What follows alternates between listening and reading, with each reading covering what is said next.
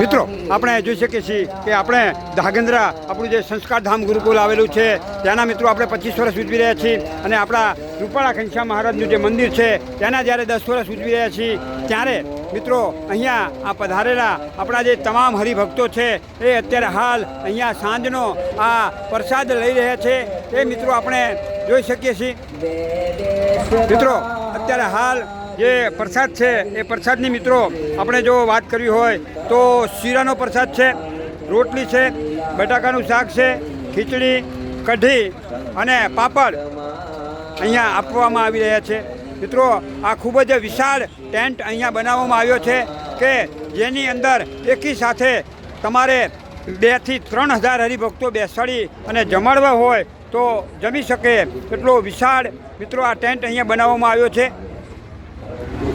મિત્રો અત્યારે હાલ લગભગ 8 થી 9 હજાર જેટલા હરિભક્તો અહીંયા પ્રસાદ લઈ રહ્યા છે બધા લોકો એવા પણ છે જેમને 2 ટકનું ભોજન પણ મળતું નથી। જો મિત્રો આપણે જોઈ શકીએ છીએ કે અહીંયા આપણું આ જે કાઉન્ટર છે એના ઉપર આપણા વડીલો ખૂબ જ સુંદર સેવા આપી રહ્યા છે કોઈ પણ જાતના સ્વાર્થ વગર સતત 1 અઠવાડિયા સુધી સેવો તેઓ અહીંયા આપવાના છે તો આપણા વડીલોને ખૂબ ખૂબ ધન્યવાદ છે મિત્રો આપણે આપણા દરેક વિડીયોની અંદર કહેતા હોઈએ છીએ કે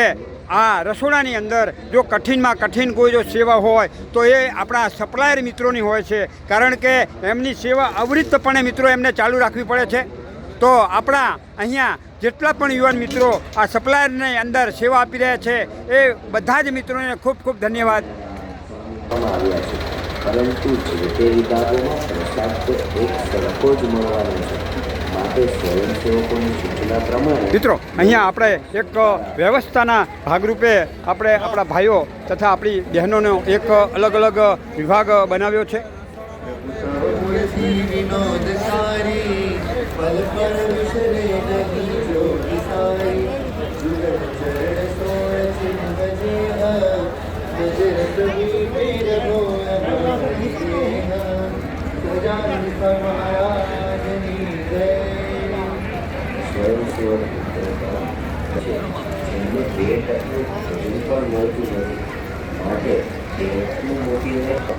મિત્રો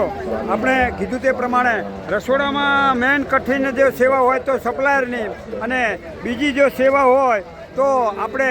સાસ આપવાની તો મિત્રો આપણે જોઈ શકીએ છીએ કે અહીંયા જે અભ્યાસ કરે છે આપણા બાળકો એમાંના 2 આ નાના બાળકો અહીંયા જે પણ હરિભક્તો પ્રસાદ લઈને બહાર આવે તેમને સાસ અહીંયા તેઓ પીરસી રહ્યા છે